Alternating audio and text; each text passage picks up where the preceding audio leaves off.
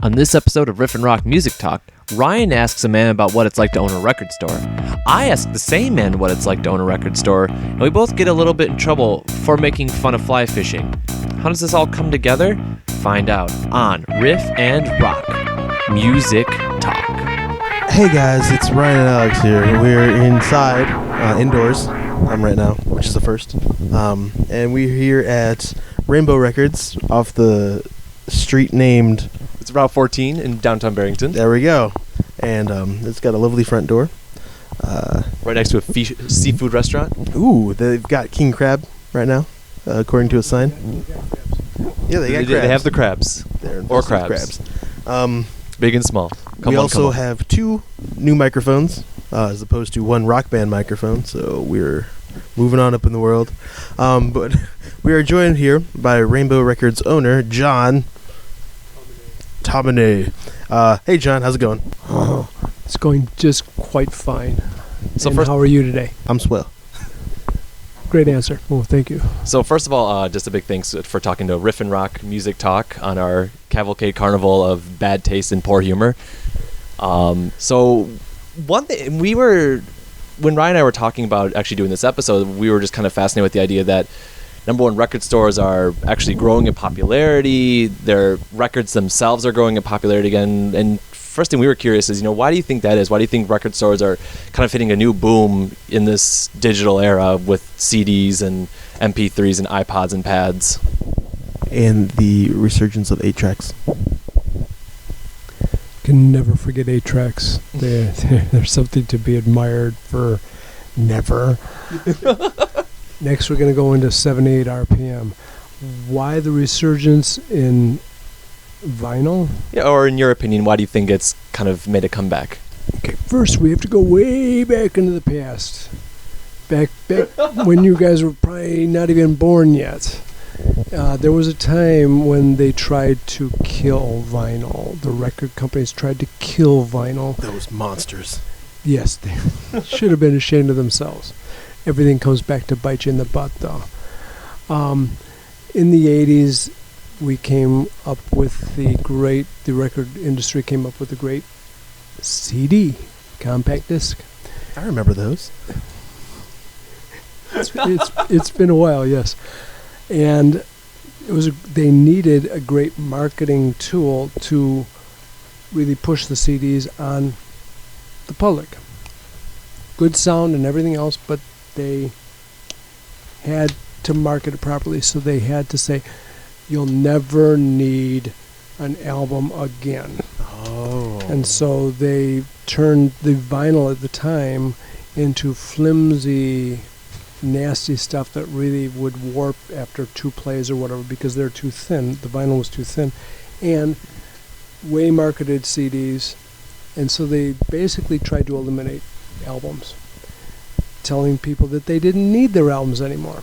Fast forward to about 20 years after that, and we got the marvelous illegal downloading of stuff on the internet and everything like that, and the record companies were kind of going, what's going on? And they decided, after probably talking with some people in the industry, like musicians and stuff, bring back vinyl. And also with maybe some people who were record store owners, the 3 or 4 of us that are left, and decided that they were going to bring back vinyl. And so now they have done it, and they're putting it on really good vinyl, 180 gram, 200 gram, stuff like that, and really doing a good job of presenting it to the public. And people have discovered that it's really something cool because it's art. And there is a really good sound to vinyl, no matter what. There's nothing like that needle going on to that vinyl. Yeah. And the sound that you get out of it's really deep.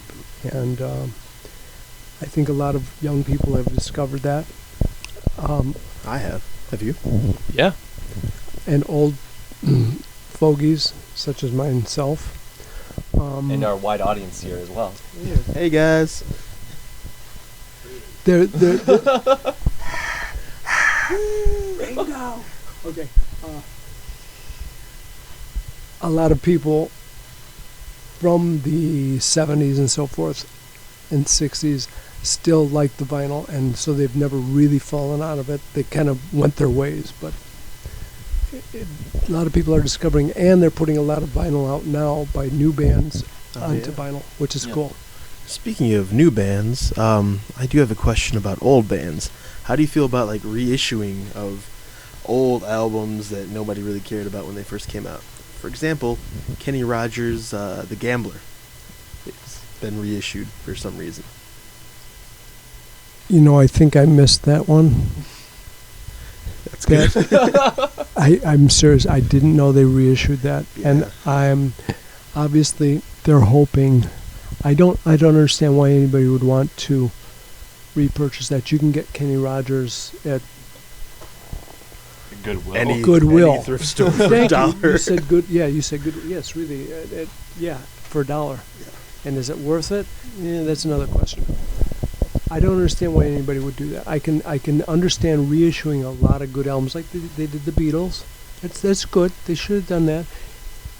You can still get Beatles albums, but it's nice that they put it on this new vinyl and all this stuff. And there are a lot of like Grateful Dead albums and stuff. That's really good. Pink Floyd. But Kenny Rogers, no. That's like, okay, now let's put all the Captain Tennille and Kenny Loggins. there you go. One thing you mentioned that I kind of wanted to follow up on was that you made it almost sound like that the resurgence was more of a decision based on like record companies as opposed to sort of like a public movement. Is that how you see that resurgence happening? I don't know if it was from public demand so much. I think if the public had not been reintroduced to the vinyl, that they wouldn't know. Okay. And I'm not trying. It's kind of like, okay, I'm not going to get into politics. We don't need to do that. By the way, we don't need to get into politics because they might be listening on the other end. We are not hired by the NSA, just so you know. How about the CIA? That I can't confirm or deny. No, really though, I don't know if they hadn't reintroduced it, that the public really would, really, that young people would go, oh God, I really. However, you are getting a lot of young people, such as yourselves, who are really getting into the old vinyl, not just the new stuff, and so they're being reintroduced, kind of. Yeah. So I don't know. That was lousy answer. Great answer. Perfect. You're too kind. I was curious in general, how did you just kind of get into music, or sort of this, I imagine you have to be really into music to want to own a record store, or what introduced you to this big, fascinating world as opposed to accounting or fly fishing? I'm getting pointed at from the audience. Apparently I scolded something that, he likes fly fishing. Okay. There's a gentleman here who likes fly fishing. That was not a stab towards fly fishing. I don't hear any accountants out in the audience. I was joking with my friends earlier that I was going to say, I was wondering if you guys were going to ask me how many lobotomies it took before I actually would want to buy a record store. But I'd say I lost count. But why did I decide to do this? Because the lobotomies work. No, seriously, I love music, always have. And when my wife and I, back even when we were dating, I'd take her into record stores under the thought that I was going to take her out to dinner that night. And I said, oh, look at that, a record store. But we'd go into record stores, and I'd say, God, I'd love to own this place. And, 20 years of this, and finally some guy offered to sell me the store, and it was just to be. It just had to be. And yeah, the lobotomy took, and it's great. It's something I feel very comfortable with because I know the music, and I can help direct people to new stuff. Like I can direct you to the Captain Tennille. I wouldn't. Please don't. But love will keep us together. But seriously, it's something I think I've actually gotten good at, rather than accounting. or fly fishing for that matter. But Yeah. somebody's got to do it. I have to go on the record and say that the "I'm going to take you out to dinner, but I'm going to go to this record store first" tactic still works. Yeah, it definitely does. Thank you. Yes, it's a fantastic strategy. Thank you. I don't want to take full credit for it, but you don't owe me any money for the idea. So. So I have another question. And we all knew this question was going to come. But what was your first record? The first song that turned me on to rock and roll, or whatever you want to call it, was Surfin Safari by the Beach Boys. I heard it on my sister's transistor radio when I was about 8 years old. And I looked up at the heavens, or whatever that is, the skies. I said, thank you so much, because I didn't have to listen to Glenn Miller anymore. And I said, and I discovered that this is really cool music, even if it was not what anybody's used to, but it was like Surfin Safari. Now, that wasn't the first record I bought. First 45 I ever bought was the single with the picture sleeve, which is no longer, of Oh Yeah, I Want to Tell You Something. I think you'll understand when I see that something. I Want to Hold Your Hand by the Beatles. And my first album was an album named Surfink. Yes, it was Surfing? Yes, Surfink. They had the thing as reissues a couple years ago for Record Store Day. They had it in vinyl. I had one copy of it, which I was going to keep for myself. But being a record store owner, you don't keep stuff. And I end up selling it. And I sold a number of copies of the CD and another couple of albums of that sort to people, including all 3 copies of this particular kind of surf-type guitar music, weird stuff, to my friend over here, the Fly Fisherman. They were all limited. Yeah, you can't get them anymore. Okay. So my Surf Inc. is in some guy's hands, and he's delighted.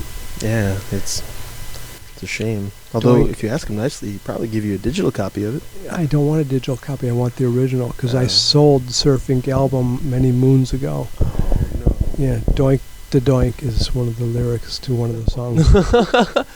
And it's off that point you made, there's one thing I wanted to go into next is, so what for you is special about a record as opposed to a tape or an 8-track or a CD or an MP3?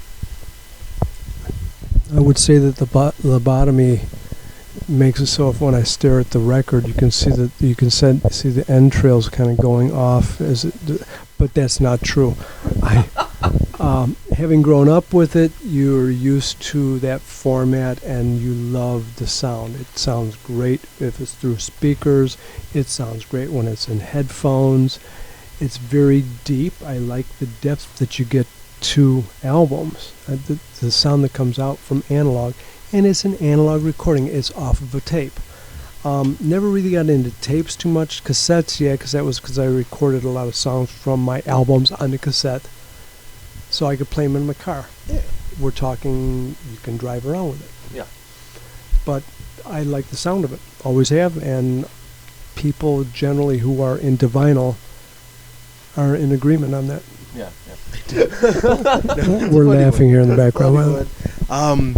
What is the worst album that someone has requested in your store? You can give a couple of examples, like Miley Cyrus or Hilary Duff. Oh, that's too easy. Or Kenny Rogers. Bob Dylan's Christmas album. Oh, wait. Must Be Santa was kind of a cool song. Sure. Whatever you say. No, his version of Must Be Santa Claus was kind of cool. I think it was the video that went with it all. There was a video? Yeah. Oh yeah, you got to check it out on YouTube. That's just another thing, folks. Yeah. And Bob doesn't have much of a voice, but it's really kind of cool.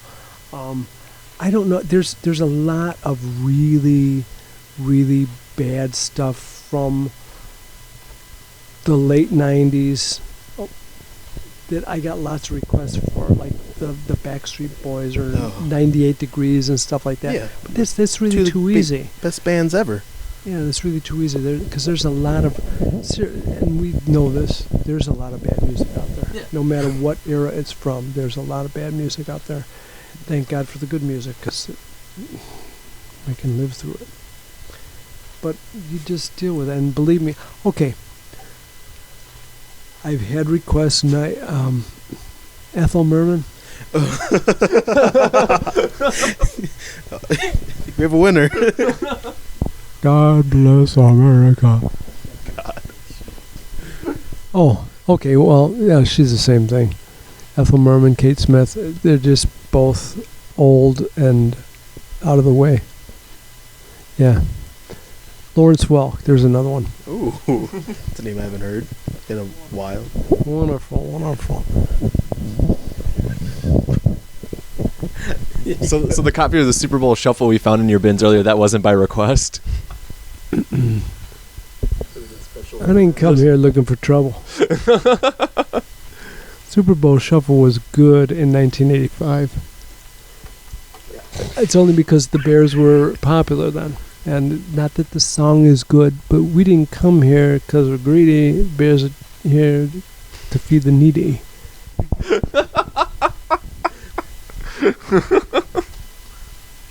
What if the Miami Heat made an album for like the NBA playoffs? The Miami Heat Shuffle? Or the Miami Heat Hustle? How about the Miami Heat Dunk? Yeah. And it could be a good old-fashioned country tune. With LeBron James swinging his best country accent. And a whip. Wouldn't that be more fitting of the Spurs, though? Yeah, it kind of would. The Heat kind of have their own song. It's Will Smith's Welcome to Miami. Are Sorry. you familiar with Welcome to Miami by Will Smith? I think I was raising my babies then. I don't know. Doing better things with your life than... Yeah, I think as a baseball coach then, I'm not sure. Well, you didn't miss too much. There's a lot that I didn't miss in that decade. The 90s was kind of just a dirge of unfortunate things. Yes, it was. The verve pipe. Oh, yeah. We have a there you customer. Did you have a question for John here for our show? For the show? Yeah. Are Okay. you a musician? Ooh. I You dabbled? I did. I used to play guitar in some of the world's worst garage bands ever, and had fun. Always had fun. Taught myself to play Brown Sugar by myself. Wow. Yes, and Some talent. yeah, it took me a lot of tries, but I did teach myself how to play it, and I'm so proud because I can still play it. Except nobody wants to hear it. And The guitar. and I've recorded. I've been recorded playing and singing another Stone song, "Dead Flowers," and people like it, or at least they tell me they like it. We're not sure if that's actually true, but so yeah, I have played guitar. I would not let anybody think that I was really good. Oh, But just I wondered where your enjoy- background. I love music. So we have our customers buying "Oh Brother, Where Art Thou," the soundtrack. And the what the heck are they called? The Pazel sisters, in the highways, in the hedges. Great. The three girls, as they got a little bit older, put out an album which I have a copy of on CD, but they put out their own album, and it's an album. Oh. You heard it here first, people, listeners of the world. The album is an album. It's an album. You should listen to it. It's three Southern girls singing a lot of. It's basically a lot of gospel type music, country gospel type music, but it's cute. I don't have I tell people if they have Visa, MasterCard, Discover, we do take those cards, and if he has all three of them, I'll only charge him once for each of them for his purchase. So That's a sound business policy. Very sound business policy. Do you know, this is the last album before they got Ron Wood. Ron Wood played on this thing, but only a couple songs because they were trying to get guitarists to replace Mick Taylor at this time. It's Black and Blue by the Rolling Stones. Wait, hang on. My microphone was turned off. I know the song Painted Black. That's a good song. You're on the cutting edge of Rolling Stones. Yeah. No kidding. Speaking of, I guess while on the topic, what did you think of them doing a tour at this age and at this point in their lives? I think it's great. Yeah? I think it's great. You got one fist pumper in the back here. Yeah. No, it's neat. I mean, how many more tours are they going to have? I took my youngest kid to see the Stones in 2002 because I wanted one of my kids to. My other guy was in college at the time, but I wanted at least one of my kids to see the band that I grew up really loving when I was a kid. And I thought I better take him to see him before the Stones turned to dust. And here we are 11 years later, and they toured again. It's really cool several times. But first concert ever, my first concert ever was the Rolling Stones, 1969. And I saw Chuck Berry on stage before them. And Wow. ended up going from the third level of the place where I was watching the concert down to the first floor and stood right behind a girl at the stage.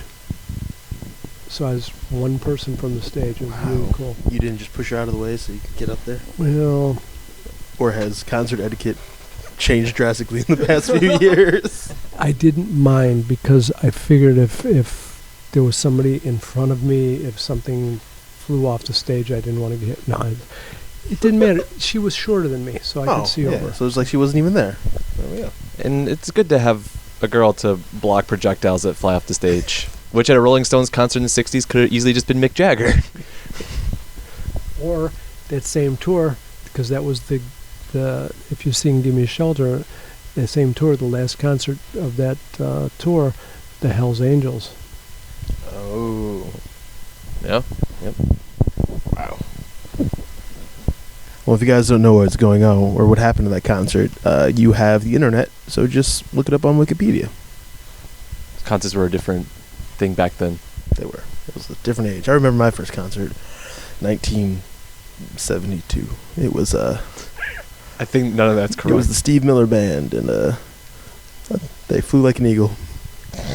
So what happened to Brian Jones? What happened to Brian Jones? That mystery. No, they didn't. He could have been murdered. He could have been murdered, but he's dead, so we don't. Yeah. He was the best one, I thought. Brian Jones was very good, but he was very weird too. Let me get you. Oh, weird?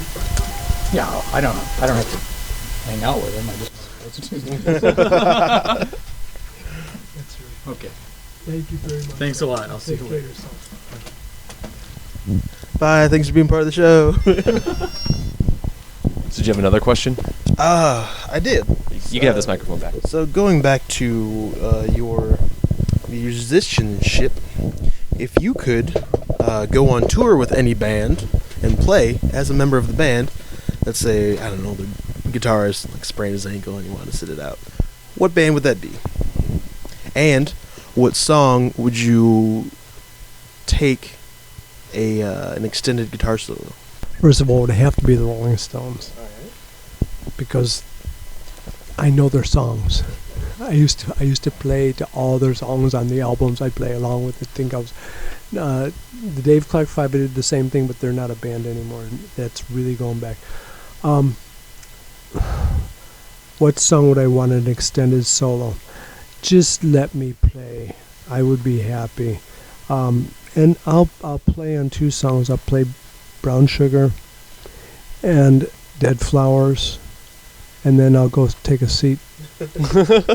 Because, yeah, I could play on others, but really I'll leave that up to the other guys. Keith, get off your wooden leg or whatever. Did you ever hear of the incident where the Who grabbed a guy from the audience to play drums for them? Because Keith Moon passed out because he was too drugged out.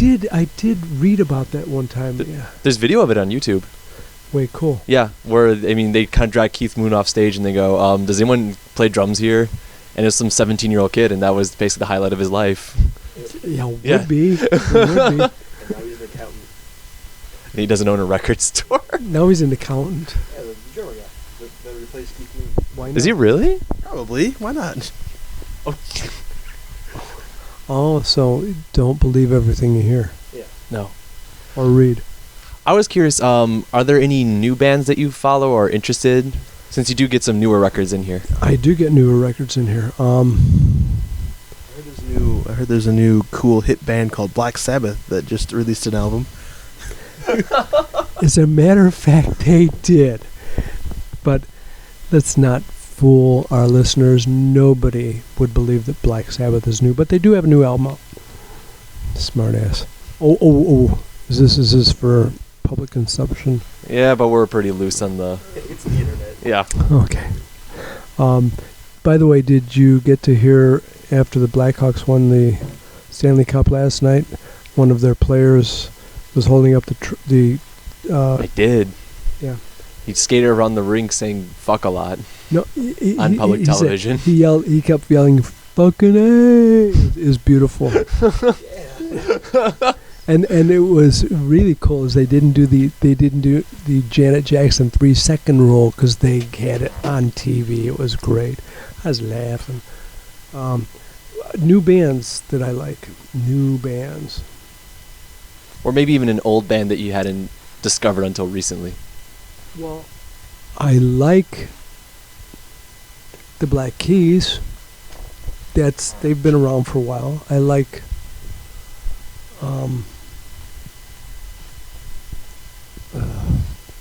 White Stripes. Okay. Kanye. Yeah. No. And who's the girl who we took the award from? Taylor Swift. Taylor Swift. Yeah. Do I listen to her music? No, you can watch Taylor Swift and just turn the sound off, and that's fine because she's cute. You can actually play a Rolling Stones song and just go, "Oh, this is pretty good."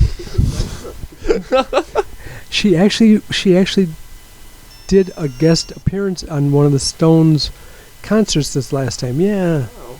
Yeah. It's like, okay, why?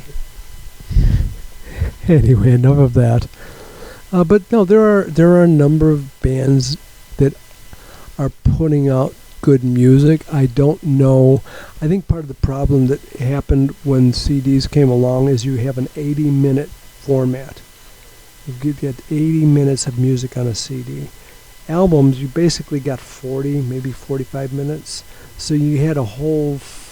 and things went in order. I've heard albums that by bands that a lot of the music is good, but when you get past 50, they're kind of running out of time. So what kind of stuff can we throw at this thing so we can fill out the next 30 minutes? And oftentimes it's the stuff that sticks that just is not good. Sometimes bands just don't have anything and they just throw music at a blank CD and hope it works. And again, that goes for a long time. We do have so, and I don't want to put any band down because every one of them sold more albums than me. But really, Well, to be fair, you own a record store, so you have sold quite a few albums. yeah. Okay, but I don't get any writing credit for it. Yeah, I've sold a lot of albums, but that doesn't even count. For instance, the Osmonds, they put out a number of albums. Then you put that not only the Osmonds, but you had Donnie, you had Marie, you had Donnie and Marie. So they got all kinds of stuff, and they sold a good number of albums to a bunch of people with no ability to hear and enjoy music. It's like, wah.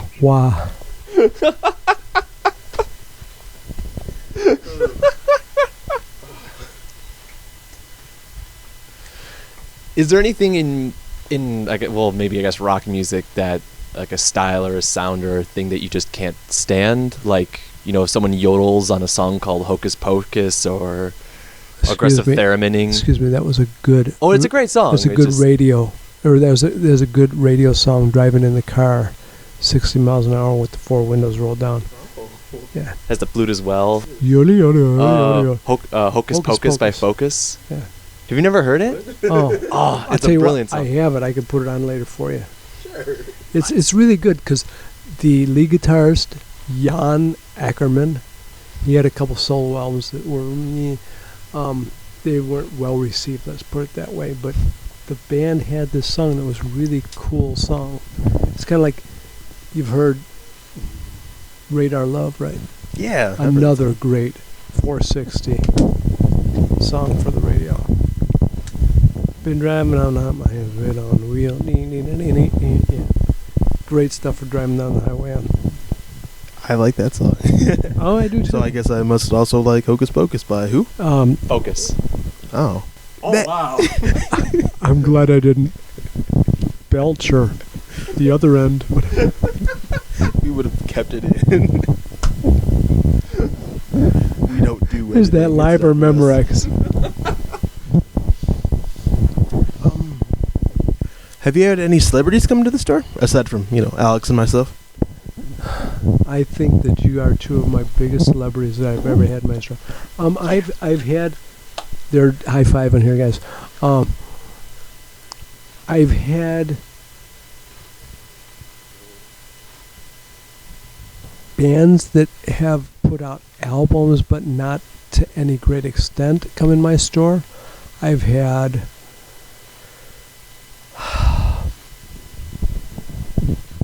I think Stacey King was in my store one time, but that's not a musician. It's just a former basketball player. But Yeah, I think he was counts. here once.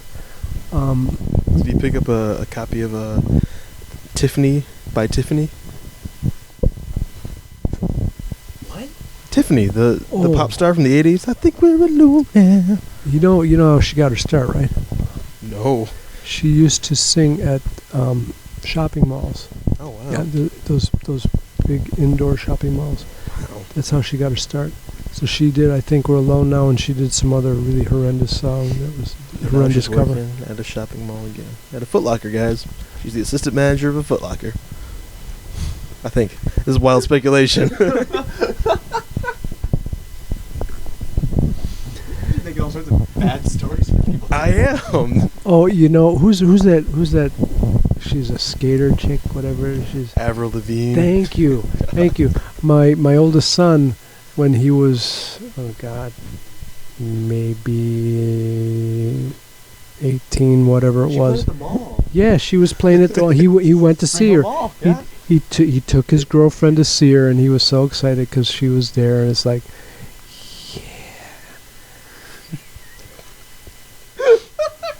because Oh, boy. it's like, wow, because he liked her. He thought she was cute. Did she have? Again, she sold a lot of albums, a lot more than moi. That's me for the people who don't know Spanish. Are you familiar with the band Weezer? Sure, sir. Okay, well, they're playing at Woodfield Mall. I heard. Yeah. Soon, yes. Let's go see Weezer. And so that's a much bigger musical act than Avril Swift or Taylor Levine. We could interview them. Why Maladroit was such a confusing album. Hey, that would be cool if you could get Weezer on your show. You don't have any more questions? Well, I'm running. Wearing. What are your turn-offs and turn-ons? You're fine. Would you? Well, actually, serious question. Would you have any advice for anyone that has the desire, interest to open a record store of their own? Get a lot of lobotomies. Yeah, I have some words of wisdom from this dolt. Basically, if you want to do it, good luck.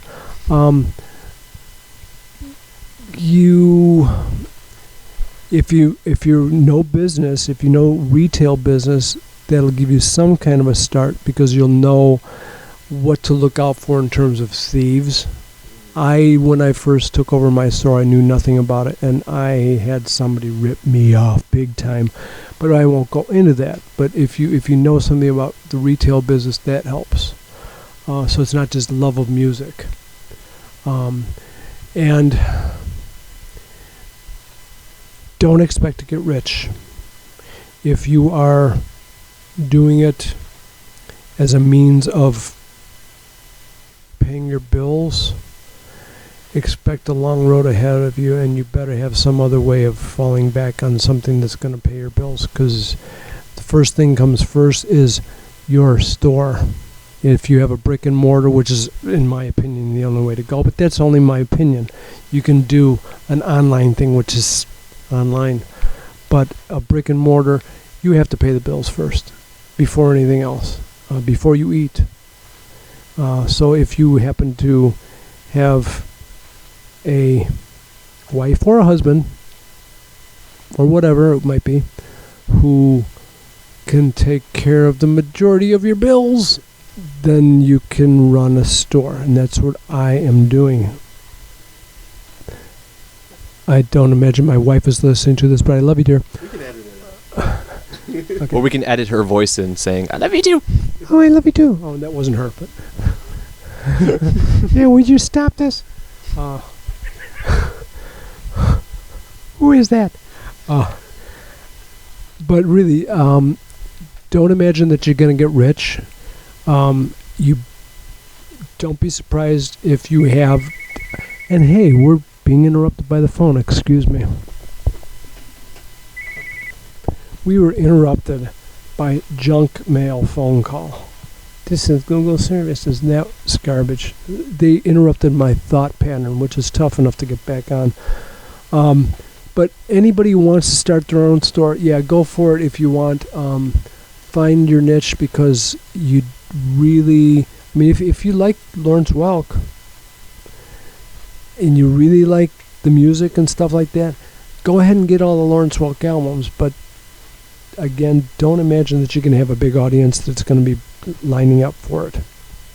When I first, okay, here's some news. When I first bought this store, that was the days of CDs were king.